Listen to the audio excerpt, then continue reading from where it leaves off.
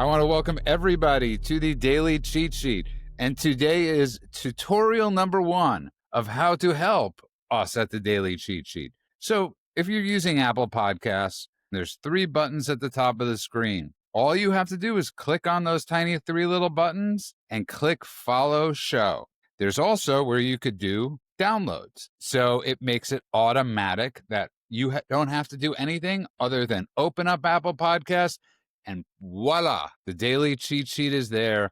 You get to hear the brilliant voices of the dude and Golan Ramraz. So please help us out. It means a lot to us. And don't forget, at the bottom of the screen, you could give the 5-star review and write a review. Thank you from the bottom of our hearts. So there's a lot of stuff going on. You know, it's really interesting, Golan. I don't know sometimes that they give enough time for stories to breathe. Today, there are like 3, and this is not a knock on the White House. I don't know. Sometimes I think they should have waited a little bit, but there was no breathing room today whatsoever with amazing stories coming out of the White House following yesterday with Netanyahu, in the White House. So story number 1, and you had asked me, everybody was curious why the 800 generals were being brought into Washington. And I said, because they needed to be dressed down. I think they needed to look Pete Hegseth in the face, and he needed to look them in the face and see what he's dealing with.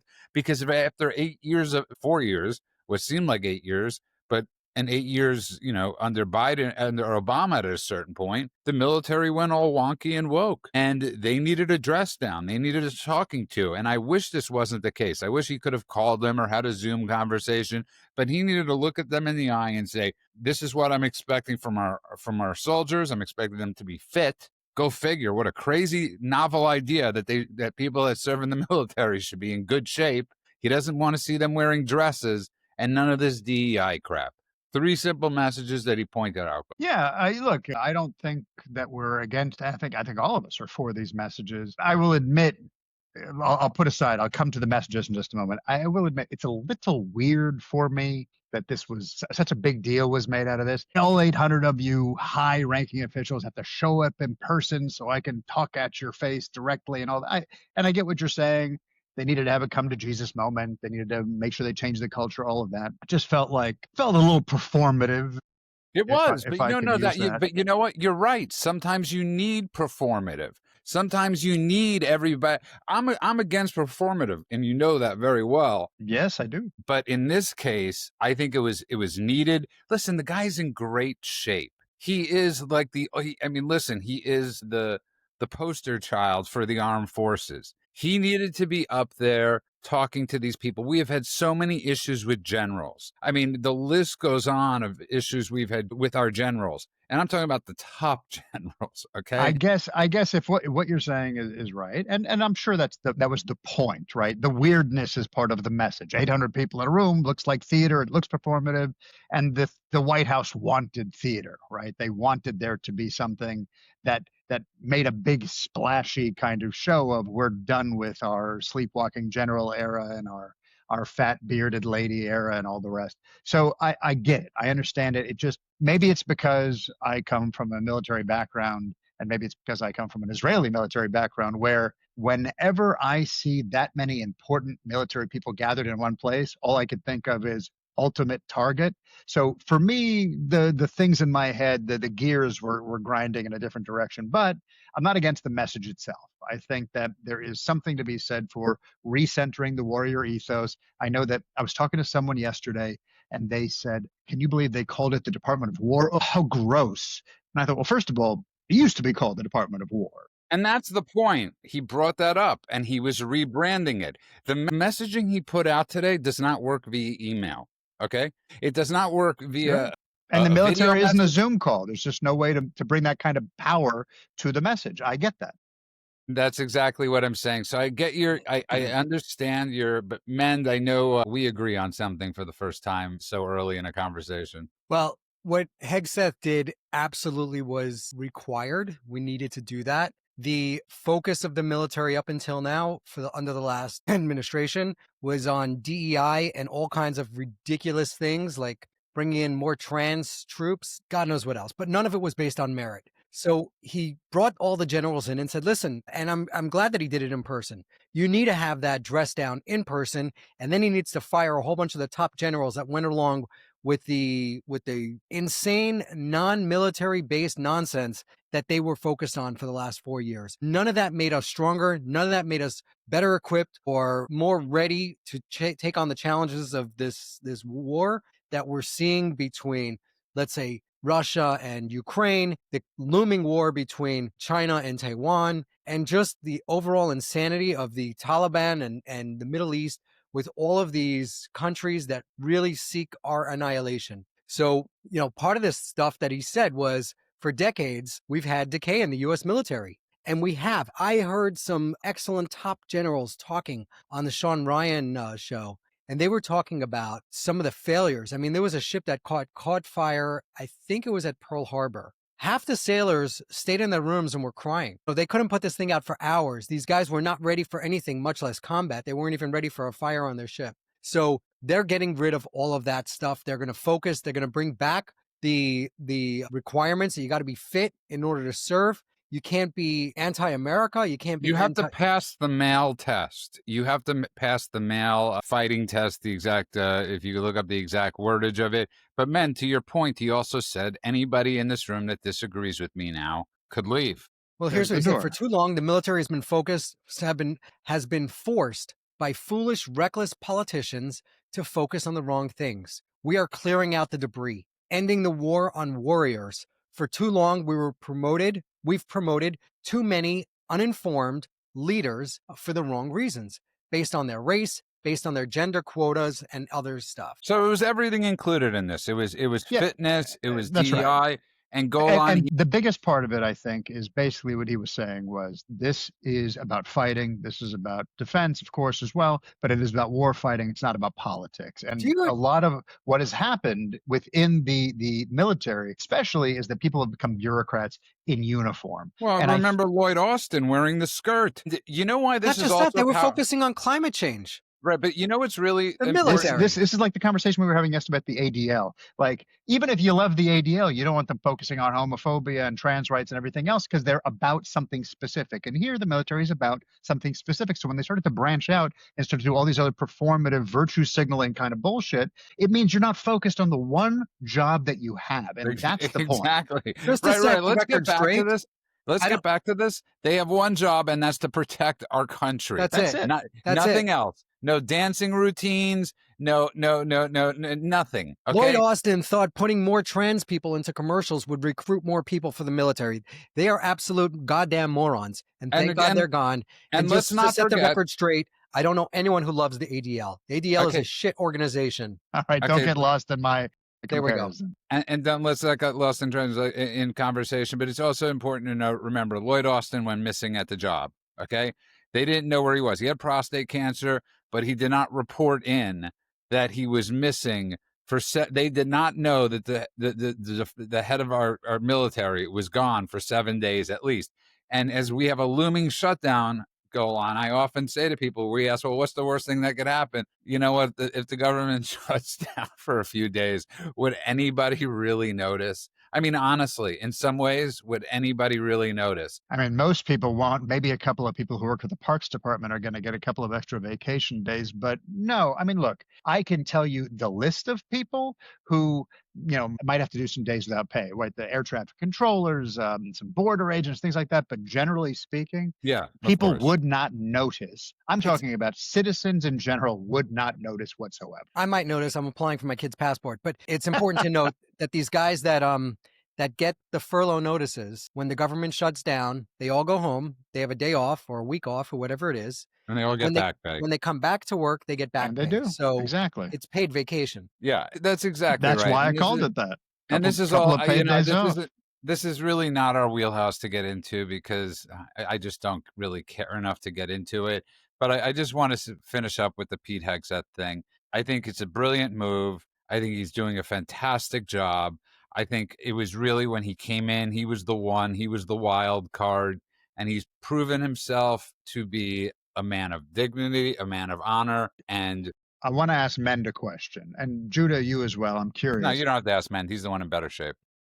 Well, this Let's this is go. specifically about what happens from here when it comes to Hegseth's protestations here. So now there's two options, right? One is you give those who strayed a chance to fall in line, show that the reset matters, show that that converts can come back to having a strong leader, all of that, or you cut the dead weight, the ones that are just so far off the reservation, you cut them loose because keeping dead weight there could be a danger in that, or a combination of the two. What do you think is the best course of action here? You cut the dead weight.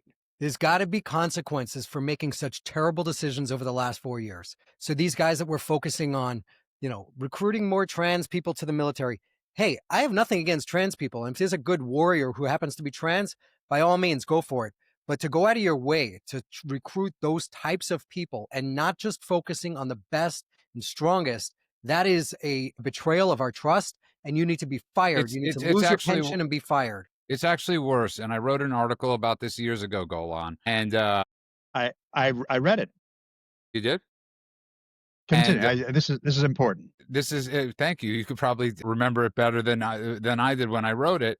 But the whole point of the article was the military has a higher suicide rate by 3 times the general population, and the trans have a higher suicide rate, especially people that have tried it, almost times 4. When you think about it, that was like what they were doing was experimenting with trans people. I can't think of anything more grotesque and disgusting to take a group of people who has an extremely high suicide rate and put them with a group who also has a suicide rate and expect there to be this cohesion and nothing to happen. That's insanity. You're multiplying their suicide rate basically times 7. You could add the 4 and the 3, and that's the suicide rate of people with trans. So, and we know that trans was that what people. I wrote? Yeah. Well, one of the things you talked about, and I can't quote the article, but I know that one of the things you talked about was that they have higher levels of anxiety and depression and PTSD and substance abuse issues and suicide rates. There's like a slew of things. But the bottom line, the thing that struck me, that stuck with me, and I don't know if this was something you explicitly wrote or if it was subtext, was you're talking about a group of people who have major mental issues. And that doesn't mean, like Men just said, it's not like I'm looking at trans people going, get out of here. But there's something wrong if you look at your body and you say, this isn't the body I belong in, and you want to mutilate it in order to make yourself feel better. I'm saying that with all the sensitivity I can. Yeah, there was nothing hateful with what I wrote. That was exactly right. But it does mean that if you are talking about people who are meant to pick up deadly weapons and you're going to put them in a theater of potentially death and carnage and watching friends die, you're doing something that requires the sharpest mind you can possibly have and the most well-adjusted mind, then you're basically asking for trouble. It's like you go to the local insane asylum and say, I want all of you to pick up a weapon. It's just a bad idea. And I also think, again, as we've blamed many times, I don't necessarily blame trans people. I don't blame people that are mentally ill, that in this case, truly mentally ill. I don't blame the anorexic. I say get help. I don't blame the person I blame the people that encourage the anorexic to lose more weight. I blame the person that looks in the mirror and sees something that's not there or sees something differently and says, no, you're seeing what you're supposed to see. It's like putting a bunch of anorexics into a beauty pageant. Yeah, right. That's who I blame. So I look at Hegseth right now. He's the top. He's the top dog. And under his watch, this can't be happening. So kudos to him for taking this responsibility on. I think it's exceptional, but I want to move on because I think it's exceptional. This new thing, especially for somebody like Golan, who, and I know you guys are way more anti-Big Pharma than I am, way more. And I've done a lot of studies and writings on this about my lack of issues with Big Pharma. But I do have some very big issues with Big Pharma, don't get me wrong, especially with the COVID vaccine and the amount of money drugstores were making. But now we have TrumpRx. It's a brilliant name. I'm very curious to hear what Mend has to say about this one. But I think let's explain to people what TrumpRx is, because I think this is incredible. I hope it's not rolled out like how Obama did on Obamacare's website, where it crashed for God knows how many days, or when people were trying to get their checks, during COVID, and you couldn't figure that system out. But it's basically all right. So you want me to explain it, and then I want to hear Mend's take on it. Okay. Yeah, go so for it's essentially it's a federal government thing. It's a direct to consumer website, TrumpRx.gov. Okay. So I do, by the way, Judah. I agree with you. I think it's a hilarious name. I think it's a brilliant. It's like it's right. It's Trump's initiative. It's also just an Well, ultimate think troll. about it like this. Remember the branding of the big, beautiful bill when Of course. everybody on television, every leftist had to say, we don't agree with the big, beautiful bill, right? That's This is amazing. like, what's everybody's going to be having to say, TrumpRx. Anyway, sorry.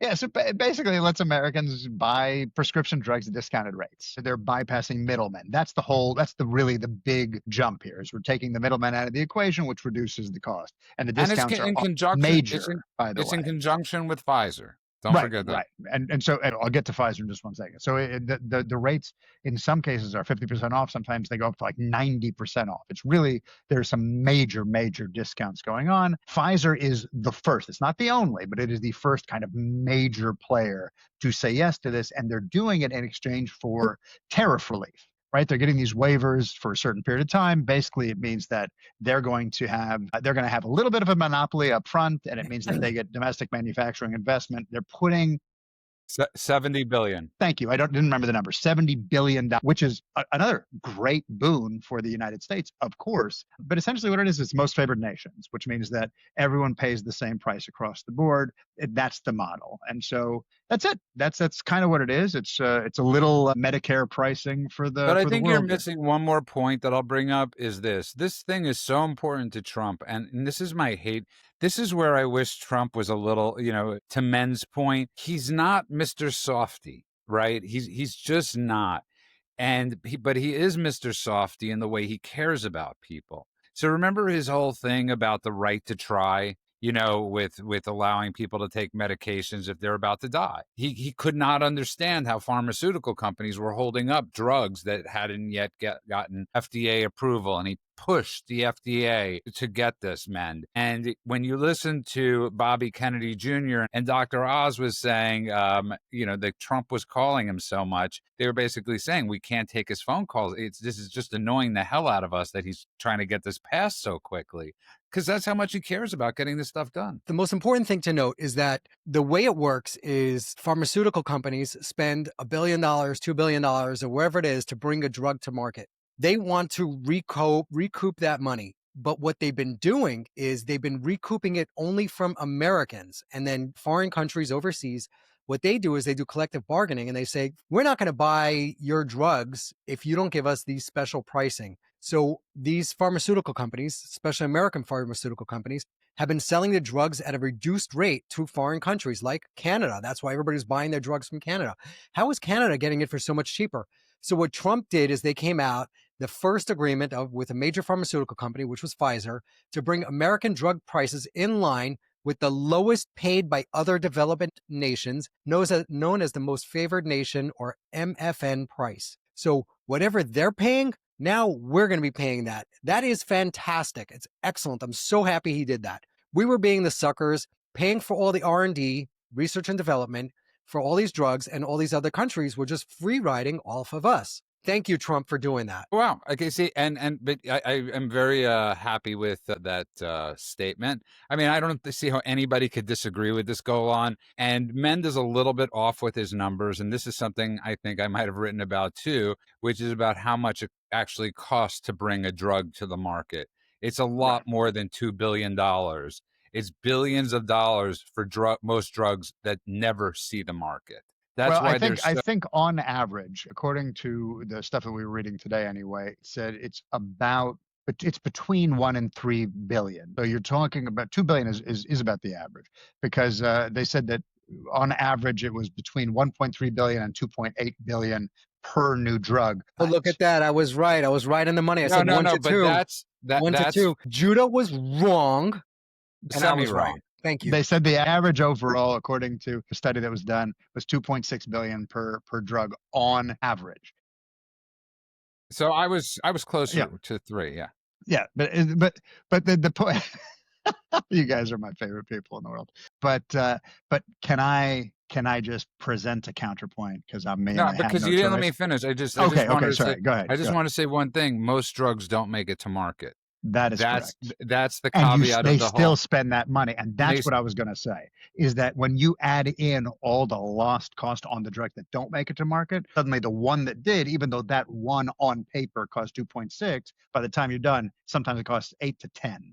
Right. So Yeah. I just want to make that clear. It's like we like to make them like the boogeyman, but what they've brought to market has done miraculous things for this country. Obviously, there have been scams and scandals, and it's something that goes with every company. I mean, my God, look at Boeing. Look at Alaska Airlines. I want people to look into Alaska Airlines, how bad they were at at fixing planes in the early 90s. What corners they cut, and nobody went to prison. I'm talking about a company that was littered with this, and now they're one of the best airlines. So I'm just saying, we love to rag on Big Pharma, companies that are making medications that save lives, but at the same time, they've made mistakes, but go on, they've saved a lot of lives. Yeah, it's true. And look, when it comes to TrumpRx, I guess this is one of those I moments love the because name. it's still, and I love just saying it, but it's still one of those things that's very up in the air. It's still a theoretical concept. They say they're going to launch the website next year, but we still have no idea what medications are going to be included. We don't know, and it could be very specific things from Pfizer, but even Pfizer hasn't said that they're using every Pfizer brand in this particular deal. So we have no understanding of what's going to be eligible and what won't. The other thing is there's also going to be generic brands on this thing. And right now there is no mechanism in place for like quality control and enforcement and logistics when you're sending things like this through the mail. Right now, a lot of that stuff, verification, regulation, all of that, they have no idea how they're going to pull that off. And it doesn't mean they're not going to be able to do it, but at the moment, it's one of those things where they've made the announcement, now they have to figure out how to get it done. Well, listen, they did that with the COVID vax, and they managed to get it out for good, bad, or the ugly. They managed to do it at absolute warp speed. So I have a lot of, once you add big business in, when you add business and government, and they know how to work together, which Trump has an excellent track record for, there's not a doubt in my mind. You bring up the generics. The problem sometimes with generics that people have is they're allergic to the generics with certain ingredients generics use. To be clear, when I say enforcement, I don't necessarily mean that we won't get it in our hands. What I mean is, I'll just put this bluntly, who makes sure the discounts are real? Pfizer sets the price. If Pfizer says drugs 80% cheaper, what mechanism is in place to ensure the price hits the patient at the price that is actually 80% off, as opposed to what you see now when a lot of the time you'll go in to buy something and it's 10% off, but they just marked it up 10% before they put the discount on it. This is something that right now there is nothing in place in terms of regulation. I mean, because of the way Big Pharma has been working kind of in this haphazard, one of the reasons why Mamdani are anti-Big Pharma is because the transparency is basically a muddy bank. So are there penalties if they fail to deliver at that promised price? If it turns out, all of these questions are still totally up in the air, and they're important questions because there is a very distinct possibility that Pfizer basically says this one costs $200, so we'll give you 80% off, and it turns out their price actually was $10 per pill. So we have no idea, and there's nobody in place, and it just doesn't exist right now to make sure that's regulated. That's what I'm talking about. Well said. And Mend, I think with the go on is we're missing the biggest part of this is that they're investing $70 billion into making the pharmaceuticals here, because especially when we witnessed during COVID with the supply chain, that we have our medications being made in America, I think is an extremely important thing as part of this. I mean, I would say the biggest thing is that we're going to be paying what the foreign favored nations pays, bringing the cost down for Americans immediately. And then for sure, manufacturing on our soil, COVID proof that's critical. We need PPE and pharmaceuticals manufactured at home. We get most of our pharmaceuticals from either India or China. That's my point, right? PPE was coming from China. China threatened us during COVID that if we blamed COVID on China, they were going to not send us any of our PPE. And at the time, Trump was in office, and it seemed like this is early pandemic. It seemed like this is a really deadly pandemic, and he was scared. So he did not ruffle those feathers. They did the same thing with masks. They did the same thing with a lot of things. China really was holding us over a barrel. Still are, by the way, in a lot of ways. Yep. Yeah. And can I tell you, by the way, I just want to get to something sort of quickly because we glossed over it. The reason I don't want to really get into the government shutdown is because I just think the left has just lost it so much. I think they've lost all sense of reality of what's going on in the country. So if they're going to shut this down because of illegal immigration or because of this is what they stand on, they're just losing even more voters. They sound, I don't know if you saw the meme or the video that was going around with Hakeem Jeffries and Trump, and Hakeem Jeffries had like a Mexican hat on, and it was like it was really funny. And it's like Chuck Schumer talking, we want more illegals in the country, and Hakeem Jeffries, like bobble Mexican hat. It was really funny. He retruthed it. And I encourage everybody to look at it. So that's why it's just like, Golan, at this point, I keep on saying this to people, I'm more worried about the people in my party than I am about the people on the left. I can't worry about how the craziness of the left. They're just destroyed. It's like, you'll understand this, and a lot of Americans won't, but we often think that parties don't get destroyed. Now, in Israel, there used to be two parties. The majority two parties were Likud, which is Benjamin Netanyahu's party for all those that hate his policies. And then there was the Labor, and they were the second biggest, the powerhouses. Well, Labor no longer exists, in a sense, as a party. There's a tiny, they may get into it sometimes, they may not.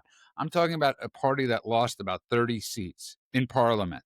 So the Democrats right now, I don't even call them Democrats. I just look at them as the left. At a certain point, they're going to have to rename their party. This is right, by the way, and this is something that even people within the Democratic Party are often talking about. They're saying, I will differentiate between Democrat and liberal and leftist. They've now started to, put people into silos in their own wing. It's not the party of JFK anymore. It's not the party of Bill Clinton. It's not even the party of Obama, and Obama was already bad enough, in my opinion. They've gone so far off the rails that it's like they burned the track. We're done. The train's melted. So the idea of Ivy League Marxist gender theory, Hamas supporting cultists are now the left. I don't think I would have had that on my bingo card when Clinton was in office. And I know that perhaps you would have, Jude. I know we talked about this offline. You were like, I did kind of, I could see it coming from the left. I couldn't at the time, quite frankly. And the fact that everything now is just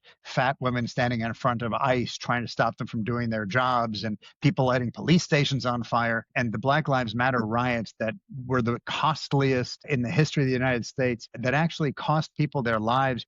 And it's just shrugged off like, hey, they had to vent, no big deal. I know COVID's deadly. You're all going to go to prison if you walk outside. Unless you're rioting, then no problem. No masks are necessary. The virus doesn't know you're there. This stuff seems like something out of a parody of what the left could have been if the right was really trying to go full Babylon Bee. And yet it's real life. So I agree with you. I think that this is no longer what the Democratic Party once was. And that's why a lot of people, and I know Bill Maher loves to shout about this, when it's called the Democrat Party instead of the Democratic Party. This is something that now has been more or less consistent. It just doesn't feel like there's anything democratic about it anymore. I sent you a post online to you, Golan, maybe to you too, Judah. But basically, it was this guy talking about the Democrats and Mamdani. And what he was saying is that Mamdani is not the problem.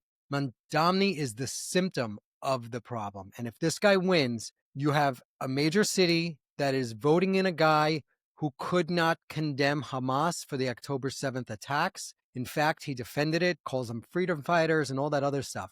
It's not that he's the problem. It's that a majority of New Yorkers vote for a guy like that. That is the problem. And if this guy wins, it's the canary in the coal mine. It's saying there is a major problem with a huge swath of this country. Now, you could write them off and say it's just a bunch of fat lesbians or a bunch of fat ladies who don't have any kids, a bunch of cat ladies, whatever you want to call them. But there's a huge group of them in this country, and they sway a lot of the men that they are either married to, the non-lesbian ones or whatever. But as Judah was saying the other day, why all these stations decided to pick up what's his name's late night show again, right? Kimmel. What's his name? Jimmy Kimmel. Jimmy Kimmel. So, these people have an outsized level of influence over society, over culture, right? We talked about that. Everything's downstream from culture. You talk about entertainment. It's a famous Andrew Breitbart line.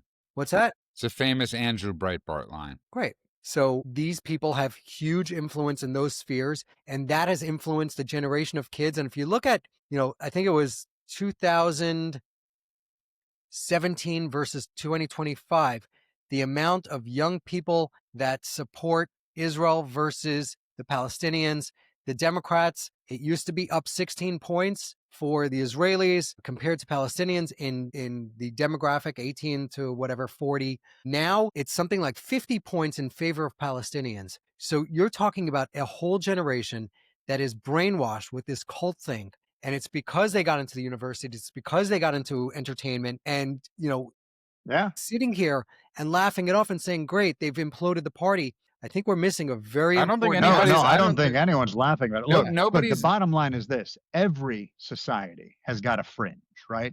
The crisis is when the fringe becomes electable, when decades of this bullshit indoctrination and media lying, their bias and cultural cowardice and all the rest make us look at someone like this jihadi asshole and think that guy's a leader, right? And it's because we now treat resentment as a virtue. Right? It's like if we sound angry enough or anti-American enough or anti-Israel enough, then we get street cred. And it doesn't matter that this guy has no real solutions. What did he ask for today? 10 trillion, 10 billion, whatever ridiculous amount of money he asked for to try and implement all his socialist nonsense.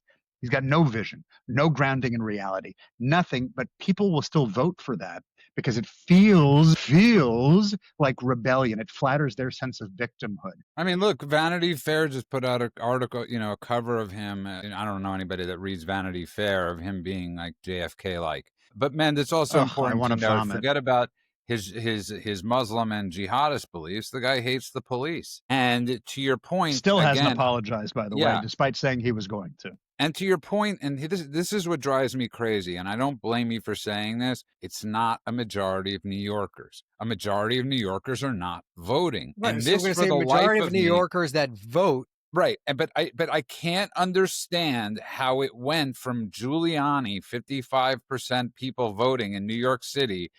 That's how bad New York City was.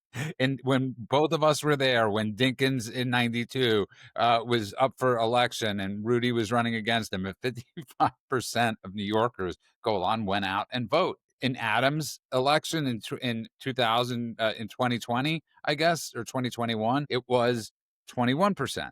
You lost 34% of people that vote in New York City. I'm talking about the 5 boroughs everywhere. What the hell happened? How did they become so apathetic? I don't understand. I think the number was 23%, right, of registered voters actually came out and did their civic duty. That's it. And I'm not talking about 23% are voters. Just again, I want to say it. The 23% of registered voters. So even amongst the people who were like, fine, I'll register to vote, or they got it automatically done with their DMV license or whatever, only 23% of them came out to even punch the thing. And these people, this is the guy who's going to run their life, run their city. So imagine how much apathy has to exist within you. All right, I want to get to this story quickly. So Elon Musk has announced that he's dropping his Netflix subscription, specifically because there's a cartoon that deals with trans stuff and that ideology, and it's on Netflix. So he's been calling the creator of a Netflix cartoon series aimed at children that includes a transgender storyline,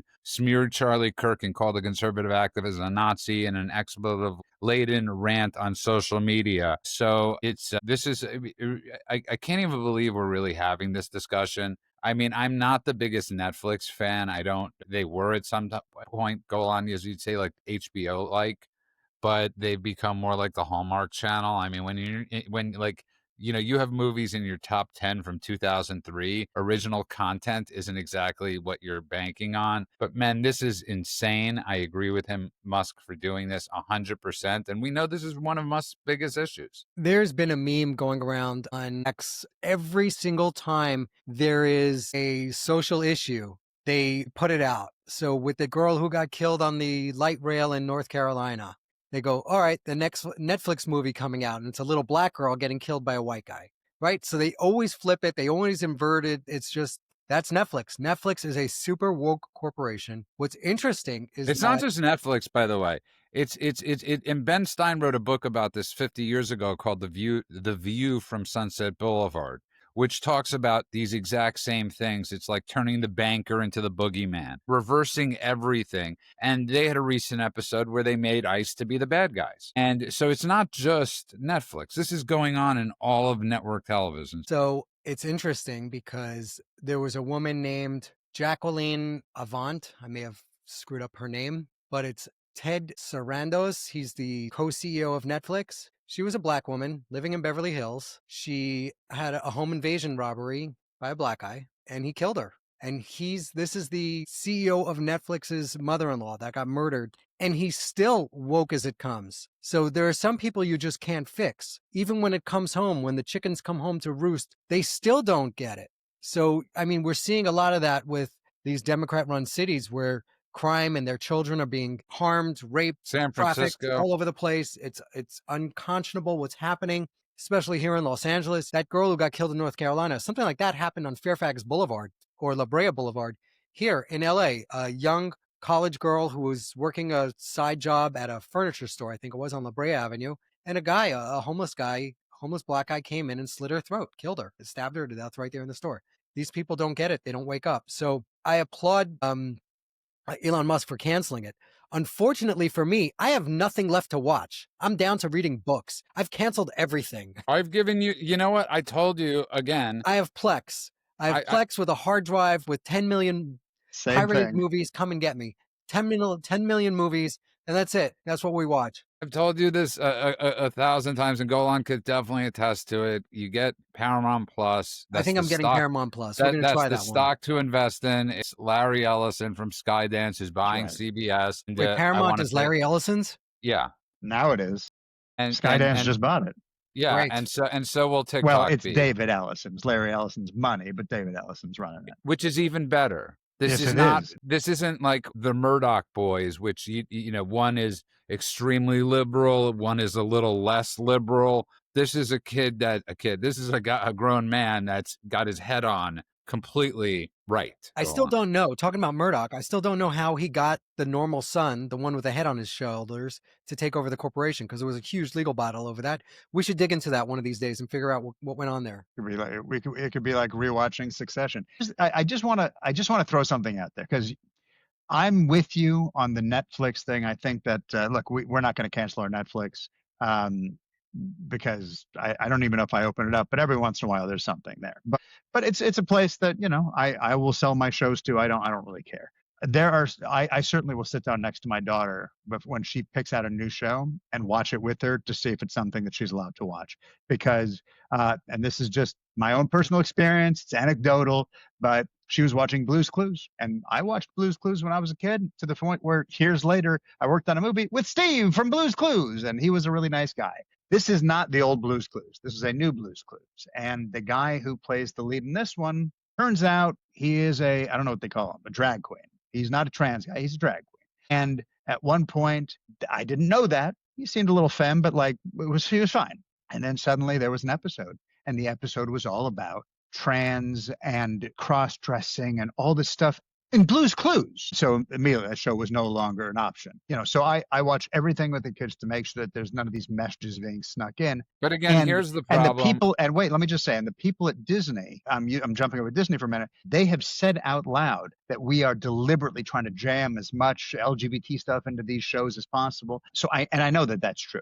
But I just want to, for a moment, and forgive me for doing it, man, I got to defend Ted Sarandos, okay? A guy who I've known for quite a long time. He is not a woke activist type of guy. He's not one of those guys. He doesn't fit the caricature. He's a guy who, whether you like Dave Chappelle or not, he was doing trans jokes, and a bunch of the employees there at Netflix came and they were like lambasting the company, and he said, this is artistic freedom. We don't care. We want all the voices here. And he basically said, if you don't like it, you don't have to work here. And that was a big free speech thing that Ted. He also has Kill Tony. He also has Kill Tony on. Tony. He also brings on Chris Rock. He also brings on Ricky Gervais. He also does all of this stuff. Hang on. I want to get to a specific sentence, and then I'm going to let you have the mic back. Okay. Ted Sarandos is not a woke person. Woke is not his brand. Profit is his brand. And if he sees that woke stuff is going to bring in profit, yeah, he's going to put some woke stuff on there. But that is not who he is at his core. He's a guy who wants to make money, and he does it well. That's it. All right. So what happened with Snow White? What happened with Cleopatra featuring a black woman? Snow White, a black girl. They're not Netflix. Yeah, so Those are Snow Netflix. White, Snow No. White is Disney, and Snow White wasn't a black girl. She was like a Hispanic girl, and you're talking about Little Mermaid was the black girl, and that was also Disney. And the Cleopatra thing, you know what? I think it was Jada Pinkett Smith and Will Smith were producing, and he said, "All right, let's try this thing," and there's an audience for it. You know, Egypt banned that movie. Well, yes, of course, but that doesn't make him a woke person. That makes him someone who did a spreadsheet and took things into consideration and said this might And work. China banned Top Gun too. Here's the basic thing that I'm coming on. I'm happy Very we're good, actually Judah. I'm actually happy that we're having this conversation, because I think what it comes down to is, I think you're right. I don't think necessarily we're the people that should be boycotting. I think that we're the people that should be parenting. And mend and go on. That is always a major message of both of you, or both of yours. We're very big into free speech and capitalism. And if something like this allows Netflix to fail, then it allows it to fail. But this is where it comes down to, you guys watch episodes of TV or whatever you're going to show your kids before they actually see it. So you guys got to give yourself props for being amazing parents, and you guys should start a movement of parents that actually do that, because I think that's way more positive and popular than saying cancel this because it shows that. No, parents sit down with each other. So that's how Loudoun County came about, because people were like, oh my God, this person got raped in the bathroom by a trans person. And it would the whole wonkiness and craziness of that father that got lambasted because he was apoplectic. It got labeled a domestic terrorist. That's exactly right. So I'm really glad we're having this conversation, because this is where it comes to that wonky point of like free speech and capitalism and all that stuff. And I love how both of you parent, except when Golan's kid interrupts the show half the time. But It's you all guys edited out. Nobody's ever seen it happen. No, but I think you guys are exceptional at it, and I sometimes think that's the trick. I want to move on though to the last thing, because posting wise, I kept on discussing this, and yeah, I did get a lot of hatred from people, and that's fine. It's very interesting when I posted the Charlie Kirk letter to the New York Post, and I specifically said it was May 2nd, knowing that I'd have people coming and saying, that was a long time ago. And I'm like, yeah, 4 months, horrifically long time ago. So much has changed, and them showing videos. So I keep on getting into this thing. And by the end of like the fourth or fifth message to these people, they come out and say, Israel's a bunch of genocidal maniacs, and I'm like, block. They were just waiting to say it from the beginning. Yeah, I'm like, I would have had this conversation with you if you would have just come out and said right away, this is what you believe. Don't give me every other case of horse crap to get to what you're finally going to say as I anger you with my responses. But Golan, I want to get to this with what happened yesterday, just so people could understand this. I've really tried to look at this whole 20-point thing really objectively. And we've discussed this on our show. In that region, just because you're a leader of a nation, I'm not referring to Israel, I'm referring to Qatar, I'm referring to Saudi Arabia, I'm referring to all the people that are a part of the Abraham Accords. Just because you're the leader, you're always a military coup and getting Khomeini'd out of office. The more I think about what happened yesterday, the more Trump had a line where he said, if the Palestinians really, and I'm paraphrasing, really need to pick themselves up, they need to get their way out of this, knowing they have no way of getting out of this. This is who they are. The head of Qatar knows this.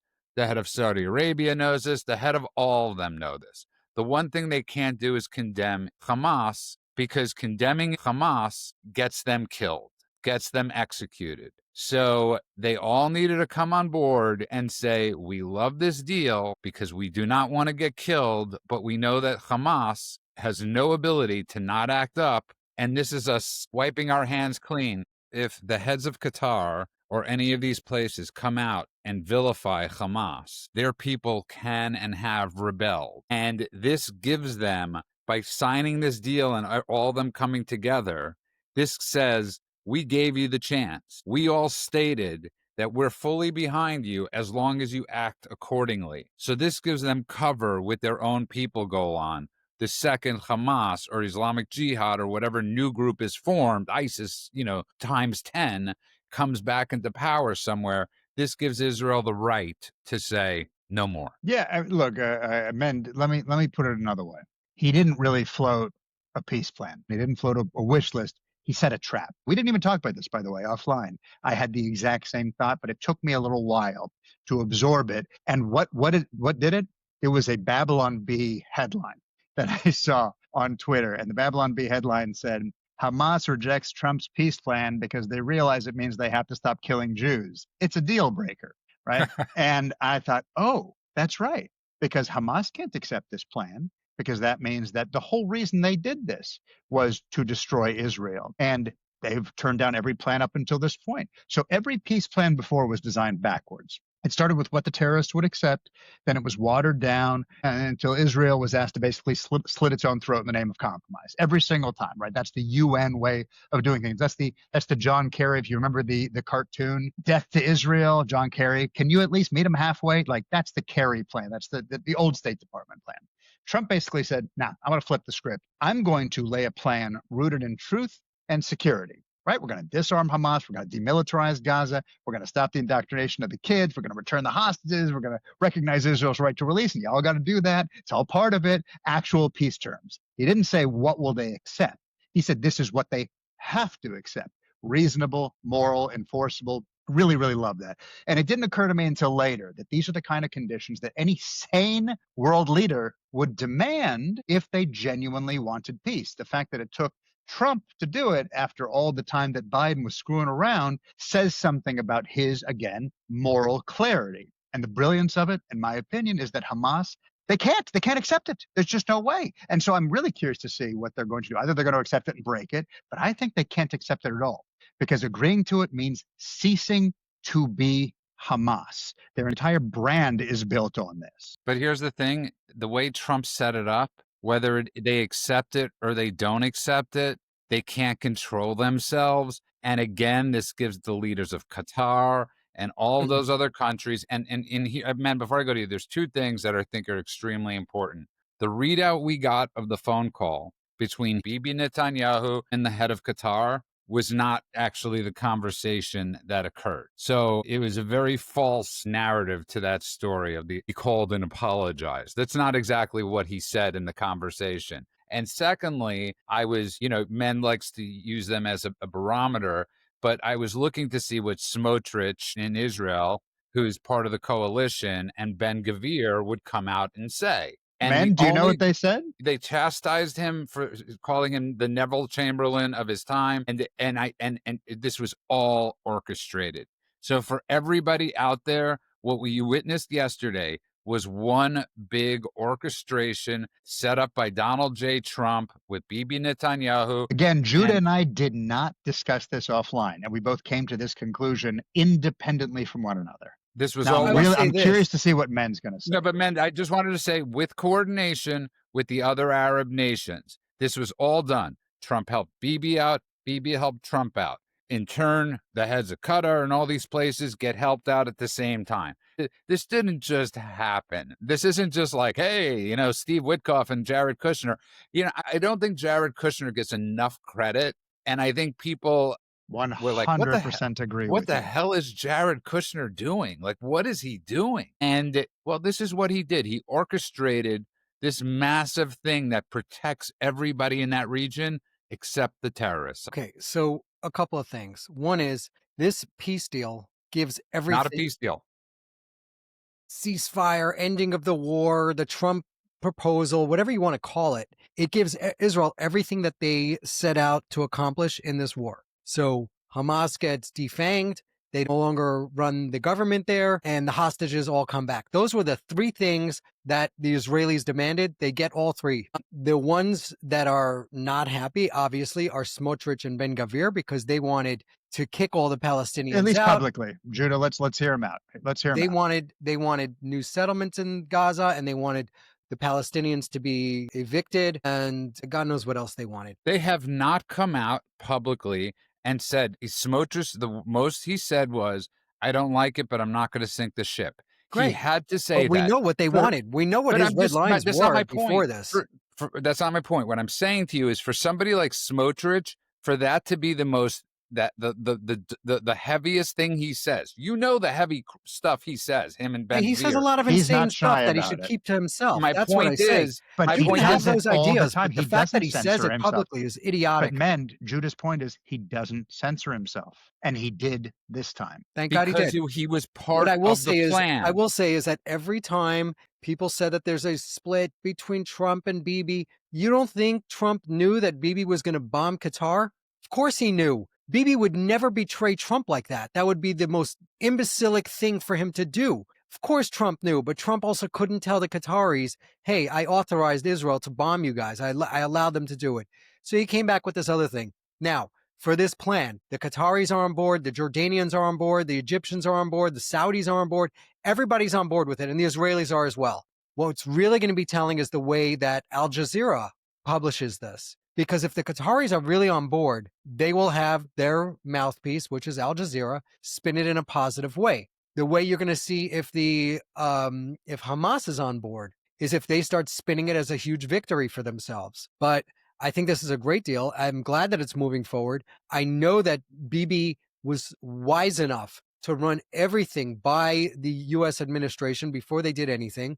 So there's no surprises there. Of course not. I think Smotrich and Ben Gvir are being helpful by shutting up this time. They should just sit on the sidelines. Again, you don't even have to bring that up. What I'm saying is just say they had to say the minimal thing for the people that voted them in. You have to do that. They did a little chastising, nothing else. Great. And if you're going to knock them for being this, you have to give them credit because, again, this was all orchestrated to the point where some people, and I don't disagree with them, are saying that the Doha thing in itself was orchestrated, even with Qatar. I don't believe knowing this would happen. But I do think that there is a result because of that. The Doha attack, when Israel tried to take out the leaders of Hamas in Doha, what it did was they came out with this really strong, they were furious and all that stuff, and they got Trump to get Bibi to promise not to attack Doha again. Now, that's the only country in the world that Bibi said that we will not try to kill Hamas on your territory. So now the Hamasniks that live there or anywhere, the only place that's safe for them is in Qatar, which gives Qatar a lot more leverage over them to force them to eat this deal. So I think they're going to eat this deal. I think they're going to come back and try to say, Do you recognize, though, men, that what you just said is a perfect sting-like trap? We're going to launch a strike that obviously there's no such thing as Qatar with one of the biggest military bases in the world and with President Trump, not that they didn't know it was coming. So let's Trump just knew. put that, of course, Trump knew and Qatar knew too. What I'm saying, so did Qatar. Yeah, and 100. There's no way they didn't. Do you think Qatar, with the biggest military base in the world, didn't have any idea that things were? I mean, it's not their ridiculous. military base. They don't have that. That's ours. It doesn't it's matter. America. But the point is that Qatar is hosting that military base. It is on Qatar soil, and everything that happens within the Qatar. Now, the military base is American, yes, but because that military base exists there, the Qataris also have a lot shared with the American government. They have a lot of detection systems. So the idea that this is happening and they didn't know about it, to me, is a ridiculous assertion. But wait, I just want to go back to what Men just said. Wait, hold. I just want to go back to what Men just said. Hold on, Judah, just one second. Men, you just said they did this attack, and then there was a public thing, and then they're like, well, this is the one place we want to attack. You're safe here, everybody. And now suddenly they have control, and now this thing comes down, and Qatar has already signed off on it. Like, there's a series of dominoes that have fallen, and there's no way they couldn't have fallen, is all I'm saying. And not just that, there's no way they could have happened that quickly. And men, just think about it like this. Think about the optics. They're in the White House. Trump, they have it on video and pictures of him calling the head of Qatar, saying whatever he said. Even that was like such an optic, and they didn't release the rest of the call, by the way. I'm not denying. I'm not saying that you're wrong. I think that it is possible. It is possible that Qatar is involved. The only reason that I did not think that Qatar was involved in the attack on the Hamas leaders in Qatar was because Qatar loves Hamas. So why would they be involved in that? Because they don't love. Can I be honest? I don't think they love Hamas. I think they're scared to death of Hamas. And I think all of them want Hamas. They've been the supporters, the backers of Hamas forever. They back the Muslim Brotherhood. They are Al Jazeera. course they love Hamas. I think it is both. I think it is both. No, Judah, I think that Men's got a point here. For a long time, Qatar bankrolled Hamas. They were 100%. basically financing the Muslim Brotherhood. But I also think that Qatar is now seeing the tea leaves, and the tea leaves are saying Hamas is trouble for you. So the fact that we're giving you an out, you have no out. It's like being in the mafia. Like every time you think you're out, they pull you back in. Hamas doesn't let you go. This is your chance to be free of this albatross. Okay, and let they're me saying, restate. let's And try they're not this just thing. seeing the tea leaves. Let me restate what I President just Trump said. is making them see the tea leaves. That's what's happening. Yeah, but let me Okay. just restate. Let Listen me just to restate what Judah. Let me just restate what I was saying. The same way Qatar loved Hamas was the same way Assad loved Hezbollah. Okay, so when Hezbollah fell, all of a sudden, bye-bye Assad. He had no more backing from Hezbollah. Yes. So did Qatar like having a branch of an army out there of crazy people that wouldn't focus on their government? 100%. But after Gaza has fallen and Hamas has pretty much fallen, who does Qatar have at that point? They don't have. You think they want the heads of these people at this point? You know what they have? They have America saying we will protect you because our base is there. Exactly. That's all they have. Well, That's here's exactly what I'm going right. to say is that this idea that Qatar doesn't love Hamas and chaos and jihadis and all that stuff right now sounds 100% bullshit. When I'm going to believe it is if I see Al Jazeera actually change their tune. If I see them stop funding all of the anti-American campus protests, like all the 100%. real stuff. Like, Agree. let's see. Yeah, I'm hoping you're right. nobody's- I'm man, hoping you're man right. didn't say they had to come to Allah moment. Okay, that's not what I'm saying. We're just talking What about I'm- this one thing here. What I'm specifically This is speaking hurting about them. is pragmatism. Okay, this is Pragmatism, what sure. It's better for their country not to be bogged down with this, and Trump administration is making them see that. It's Great. better for the head of Qatar to not be, to not get Khomeini'd on the streets of Qatar. How's he going to get Khomeini'd? What are you talking about? By who? If he goes against Hamas, but Hamas is not removed from power, or they don't have control over Hamas, the Hamasniks will absolutely destroy Qatar. I'm not buying into that. No, listen, the Why Hamas not? guys are at the mercy of Qatar.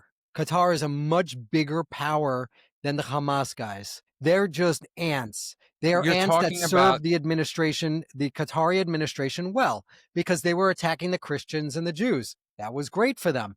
And the other Muslims that they don't like. Now they're seeing it's more headache than it's worth because the Americans are applying pressure. So we're gonna jettison these people. I hope that's the calculus. I hope that's what's happening. Again, the bigger point is their biggest fear right now is the desperate. Okay. And right now, Hamas and whoever leaders or whatever leaders they have left that are over there in Qatar are desperate.